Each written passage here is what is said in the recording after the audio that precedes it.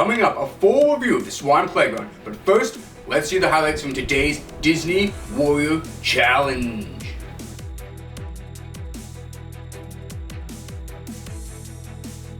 The next competitor is getting ready, but can she beat the previous champion?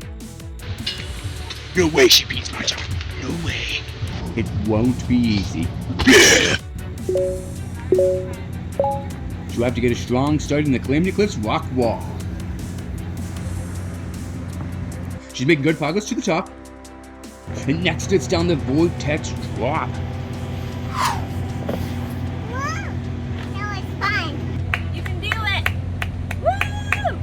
She's making good progress so far, up the ladder of last resort.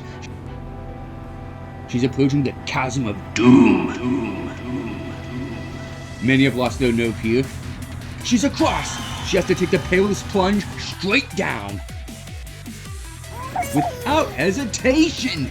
Now, earlier during the practice run, she was defeated by the Monkey Bars of Madness. But now she's nailing it, no problem. Let's check in on our third competitor. He seems stuck on the infinity stairs. He just can't navigate his way out of there.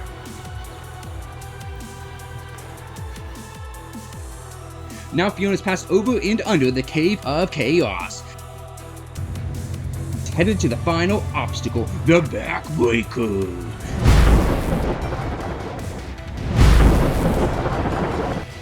Many have been defeated at the very end, trying to figure this one out. Yay, Fiona! You got this! She's doing it.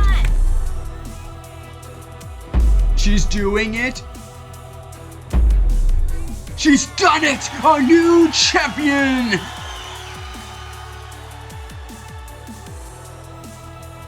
She was the better warrior this year. They'll come back strong. Congratulations to all our competitors today.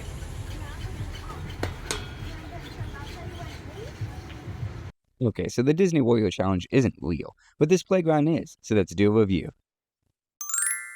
Disney Resort playgrounds are open to all Disney guests, not just those staying at the hotel. We've visited all of them and put a lot of thought into what makes an ideal playground so that we can help your family decide if it's worth the time to stop during your busy trip. Whether it's the things that kids like or the things that matter to parents, we've broken it down into 5 categories to evaluate each playground. Today we are looking at the playground at the Swan Resort. So how does it rate when it comes to the factors that matter most? First, we discuss the location of the Swan Hotel playground. Now you may be saying, hey Tim, I looked at the Disney World website and it says the playground is at the Dolphin. Well, it isn't. It's at the Swan. But really it hardly matters because the Swan and Dolphin are connected by a walkway, and this playground is easily reachable from both of them, including the Swan Reserve Hotel as well. You can also walk to this playground from any of the Epcot Resort area hotels, or from the Skyliner stations at Epcot or Hollywood Studios. The Friendship boats also travel from the parks to a dock between the Swan and Dolphin. All the hotels in this area offer different options for food, shopping, and other activities, including the nearby Fantasia Mini Golf Course. Overall, an average score for this playground location. As you can see, there's a lot to do in the area, but it does require a bit of a walk to get to the playground and all the surrounding amenities. As for theming, there isn't much to say because there isn't any. It's called the Children's Playground. It's blue and yellow. It doesn't quite have that Disney touch when it comes to theming. It makes up for this though with above average variety, especially for older kids. There are 3 different slides that are quite high up, a single, a double, and a twisting version. And also different ways to climb up to them, including a rock wall that would be big enough for an adult to use. There are also these handles that I guess you just hang from these. There's of course also this thing. Let me know in the comments if you have any idea what this is even called. The monkey bars are spaced together close enough for little kids to manage, though the preschool set might still need some help.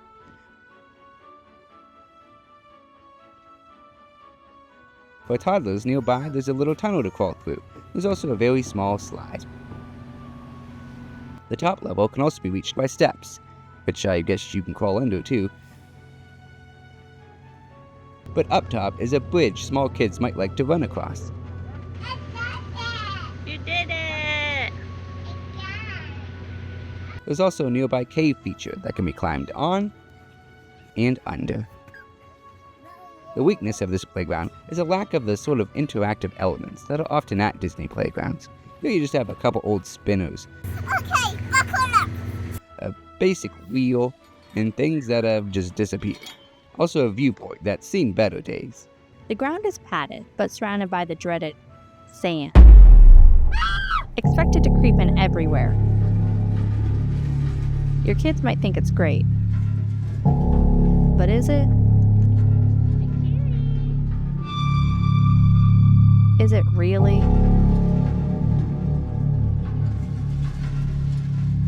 For us parents, 2 stars for sand. Would not recommend. Finally, there is a fair amount of seating. Some of it may benefit from trees, but the playground for the most part is in the direct sunlight. It also is not enclosed at all. This event tent would normally not be here, by the way, and this would be an open walkway to the lobby. It's also fairly close to a body of water, so keep on your toes if your kids are the type to dart away. Overall, it's a bit of a mixed bag for a parent hoping to get off their feet for a while the kids play. Ultimately, the Swan Playground has equipment that makes it one of the better playgrounds for older kids. But when it comes to considerations for younger kids, it falls short.